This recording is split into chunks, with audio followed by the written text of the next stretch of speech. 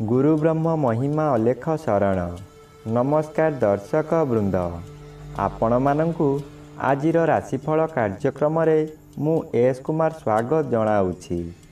प्रतिदिन निजर राशिफल जानिबा पाई गुरुकृपा यूट्यूब चैनल को सब्सक्राइब करंतु और पाखरे थिबा बेल आइकन को प्रेस करी ऑल नोटिफिकेशन ऑन करी दियंतु, जहा फଳରେ आमे जेतेबेले वीडियो अपलोड करिवो प्रथमे आपण वीडियो देखि पारिबे। आमर यही वीडियो रे आपण संपूर्ण पंचांग सहित मेष ठारू मीन पर्यंत 12 गोटी राशिर राशिफल विषय रे जानि पारिबे। वीडियो को दयाकरी शेष पर्यंत देखंतु। वीडियोटी भल लागिथिले वीडियो को लाइक करंतु एवं आपणक प्रियजन पाखु शेयर करी जणांतु। एबे आसंतु जानिबा आज दिनर संपूर्ण पंचांग विषय। आज इंग्राजी 2026 मसीहा जून मास 22 तारीख सोमवार। दिल्ली स्वराब्दा सन 1433 साल। स्वाधीन भारताब्द 79 वर्ष। महिमाद 199 वर्ष। उत्कल गजपति श्री श्री गजपति दिव्यसिंहदेव महाराजांकर 69 अंक। सौरस्व आषाढ़ मास 8 दिन। चांद्रमते ज्येष्ठ शुक्ल पक्ष अष्टमी तिथि रात्रि 7 घंटा 29 मिनिट पर्यंत। आजिर सूर्योदय विरजा क्षेत्र को 5 घंटा 5 मिनिट मिथुन लग्न एकदंड 8 लिता गते उदय। आजिर सूर्यास्त विरजा क्षेत्र को 6 घंटा 27 मिनिट धनु लग्न एकदंड 10 लिता गते अस्त। आज कन्या चंद्र 60 दंड। उत्तरा फाल्गुनी नक्षत्र दिबा 2 घंटा 23 मिनिट पर्यंत। एहा परे हस्ता नक्षत्र। आज जन्मित शिशुर कन्या राशि शूद्रवर्ण नरगण दिबा 2 घंटा 23 मिनिट गते देवगण। आज मृत व्यक्तिर दिबा 2 घंटा 23 मिनिट मध्ये एक पाद पुष्कर दोष। निषिद्ध खाद्य आज रात्रि 7 घंटा 29 मिनिट मध्ये नड़िया भोजन निषेध अटे। एहा परे लाउ भोजन निषेध अटे। आजिर अमृत जोग दिबा 8 घंटा 36 मिनिट गते 10 घंटा 25 मिनिट मध्ये रात्रि 8 घंटा 59 मिनिट गते 11 घंटा 22 मिनिट मध्ये एवं रात्रि 1 घंटा 9 मिनिट गते शेष रात्रि 3 घंटा 4 मिनिट मध्ये। आजिर महेंद्र जोग शेष रात्रि 3 घंटा 5 मिनिट गते 4 घंटा 30 मिनिट मध्ये। आजिर काल बेला दिबा 6 घंटा 46 मिनिट गते 8 घंटा 25 मिनिट मध्ये। आजिर बार बेला दिबा 1 घंटा 20 मिनिट गते अपराह्न 3 घंटा 47 मिनिट मध्ये। आजिर काल रात्रि रात्रि 10 घंटा 30 मिनिट गते 11 घंटा 20 मिनिट मध्ये। आजिर राहु काल सकाळ 7 घंटा 30 मिनिट ठारू पूर्वाह्न 9 घंटा मध्य। आज वृष राशिर घात चंद्र दिबा 2 घंटा 23 मिनिट गते वृष राशिर घात नक्षत्र रात्रि 7 घंटा 29 मिनिट मध्ये मिथुन राशि और कन्या राशिर घात तिथि। एहा परे सिंह राशिर घात तिथि मिथुन राशिर घात बार। प्रिय बंधुगण, एबे आसंतु जानिबा मेष ठारू मीन पर्यंत 12 गोटी राशिर राशिफल विषय रे। राशिचक्रर प्रथम राशि मेष राशि। आज मेष राशि जन्मित व्यक्ति मानक सकाशे षष्ठ चंद्र अन्य ग्रह द्वारा बाधा पाउथिबारु अशुभ फल प्रदान करिबे। एही समय रे शत्रु माने दूरे रही गुप्तरे आक्रमण करिबे। आपण ताहा न जानी विश्वास करी बहु हैराण हेबे। व्यवसाय क्षेत्र रे एपरी करिबे जहाकि आपण जेते चेष्टा कले मध्य लाभवान होई पारिबे नाही। कौन हेउची बोली बुझिला बेलकु आपणकर बहु क्षति होई सारिथिबो। एबे आसंतु जानिबा राशिचक्रर द्वितीय राशि वृष राशि विषय रे।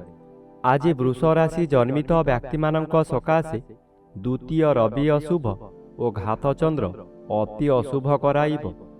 ଘାତଚନ୍ଦ୍ରର ମୁଖ୍ୟ କଥା ଦୁର୍ଘଟଣା ହେବ ହିଁ ହେବ, କିନ୍ତୁ ଏହି ଦୁର୍ଘଟଣା ଶାରୀରିକ ନ ହୋଇ ମାନସିକ ହେବ। ଏହି ସମୟରେ ଆପଣଙ୍କ ସ୍ତ୍ରୀ ଆପଣଙ୍କ ବିରୋଧ କାର୍ଯ୍ୟମାନ କରି ମାନସିକ ସ୍ଥିତି ଆହୁରି ବଢ଼ାଇ ଦେବେ। ପିଲାମାନେ, ବିଶେଷ କରି କନ୍ୟା ସନ୍ତାନମାନେ ବିଶୃଙ୍ଖଳିତ ହୋଇଯିବେ। ଆଜି ଆପଣଙ୍କର ହଠାତ୍ କାନ ନାକରେ ଯନ୍ତ୍ରଣା ଭୋଗିବେ। ଏବେ ଆସନ୍ତୁ ଜାଣିବା ରାଶିଚକ୍ରର ତୃତୀୟ ରାଶି ମିଥୁନ ରାଶି ବିଷୟରେ। ଆଜି ମିଥୁନ ରାଶି ଜନ୍ମିତ ବ୍ୟକ୍ତିମାନଙ୍କ ସକାଶେ ଜନ୍ମ ରବି ଅଶୁଭ ଓ ଚତୁର୍ଥ ଚନ୍ଦ୍ର ଅଶୁଭ ଫଳ ପ୍ରଦାନ କରିବେ। ଆଜି ଆପଣ ଅର୍ଥ ସକାଶେ ବିକଳ ହୋଇ ଚତୁର୍ଦିଗ ଭ୍ରମଣ କରିବେ, କିନ୍ତୁ କୌଣସି ସୁଫଳ ମିଳିବ ନାହିଁ। କଥାରେ ଅଛି, ଯେଣେ ଇଚ୍ଛା ତେଣେ ଯା, କର୍ମ ଘେନି ବୁଲୁଥା। ଆଜି ଯାହା ବି କରନ୍ତୁ, ଖାଲି ଅର୍ଥହାନି ହେବା ଛଡ଼ା ଲାଭ ହେବାର ପ୍ରଶ୍ନ ଉଠୁନାହିଁ, ଯାହାଦ୍ୱାରା ମାନସିକ ଚାପରେ ଆପଣ ବିଚଳିତ ହୋଇଯିବେ। ମାନସିକ ଚିନ୍ତାରେ ଆପଣଙ୍କର ଛାତି ଯନ୍ତ୍ରଣା ମଧ୍ୟ ହୋଇପାରେ। ଏବେ ଆସନ୍ତୁ ଜାଣିବା ରାଶିଚକ୍ରର ଚତୁର୍ଥ ରାଶି କର୍କଟ ରାଶି ବିଷୟରେ। ଆଜି କର୍କଟ ରାଶି ଜନ୍ମିତ ବ୍ୟକ୍ତିମାନଙ୍କ ସକାଶେ ତୃତୀୟ ଚନ୍ଦ୍ର ଅନ୍ୟ ଗ୍ରହ ଦ୍ୱାରା ବାଧା ପାଉଥିବାରୁ ଅଶୁଭ ଫଳ ପ୍ରଦାନ କରିବେ। ଆଜି ଚାତକ ପକ୍ଷୀ ସଦୃଶ୍ୟ ହେବା କାମ ଆପଣଙ୍କର ହେବ ନାହିଁ। ଯେଉଁ ଅର୍ଥ ଆସିବାର ଥିଲା ତାହା ସ୍ଥଗିତ ରହିବ। କାମରେ ବିଳମ୍ବ ଦେଖାଦେବ। ଅଚାନକ କାହା ସହିତ କଳହ ହେବା ଅସମ୍ଭବ ନୁହେଁ। ମନର ବଳ ଭାଙ୍ଗିଯିବ। ଦୁର୍ବଳ ଅନୁଭବ କରିବେ। ଅପରାହ୍ନଠାରୁ ଶରୀର ମାନ୍ଦା ଲାଗିବା କାରଣରୁ ଶୋଇ ରହିବେ।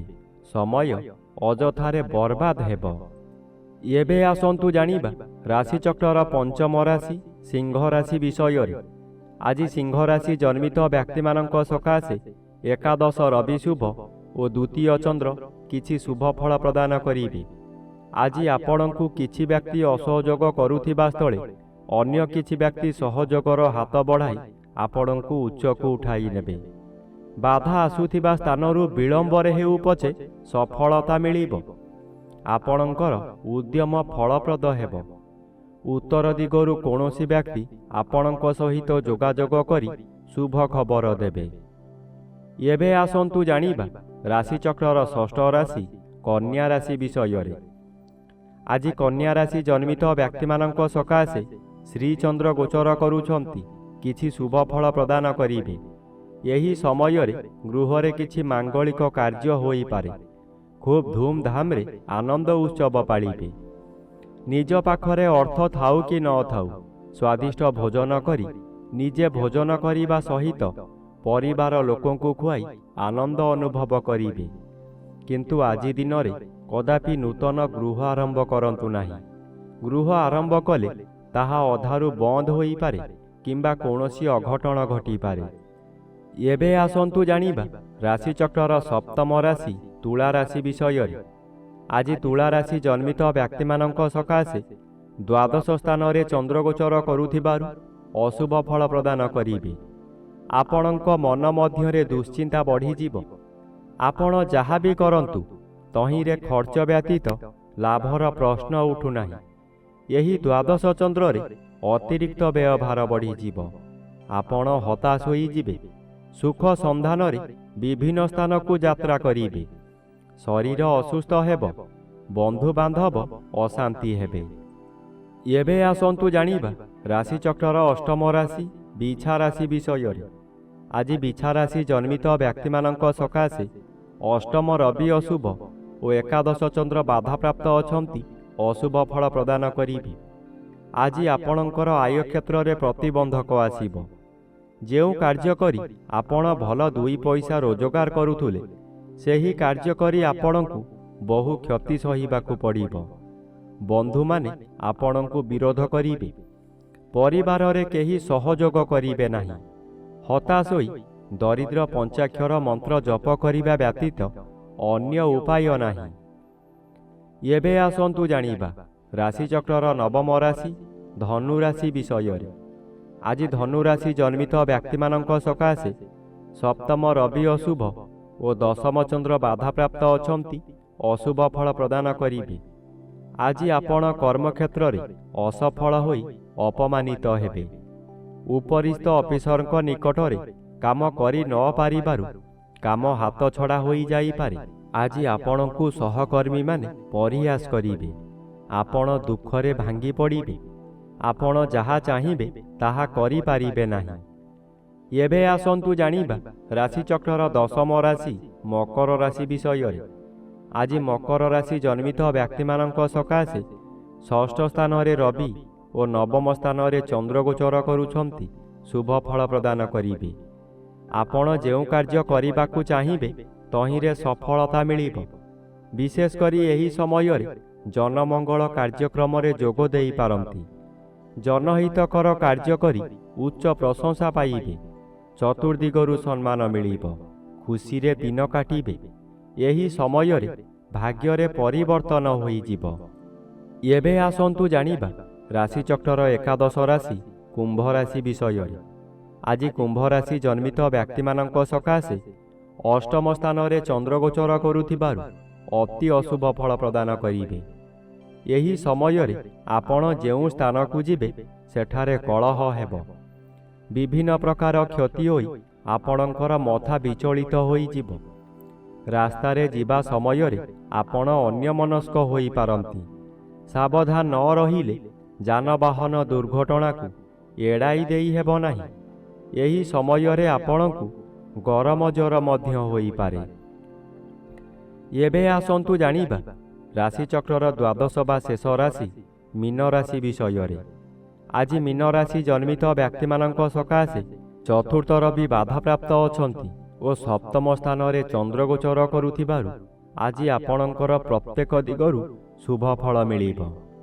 ଏହି ସମୟରେ ଚାକିରି ନ ପାଉଥିବା ବ୍ୟକ୍ତି ଚାକିରି ପାଇପାରନ୍ତି। ଚାକିରି କରୁଥିବା ବ୍ୟକ୍ତିମାନଙ୍କର ପଦୋନ୍ନତି ହୋଇପାରେ। ବ୍ୟବସାୟ କରୁଥିବା ବ୍ୟକ୍ତି ଅଧିକ ବ୍ୟବସାୟକୁ ବୃଦ୍ଧି କରିପାରନ୍ତି। ଉତ୍ତମ ରୂପେ ବ୍ୟବସାୟ ଚାଲିବ। ଆଶାଠାରୁ ଅଧିକ ଲାଭ କରିବେ। ଆଜି ପରିବାରକୁ ନୂତନ ବନ୍ଧୁ ଆସିପାରନ୍ତି।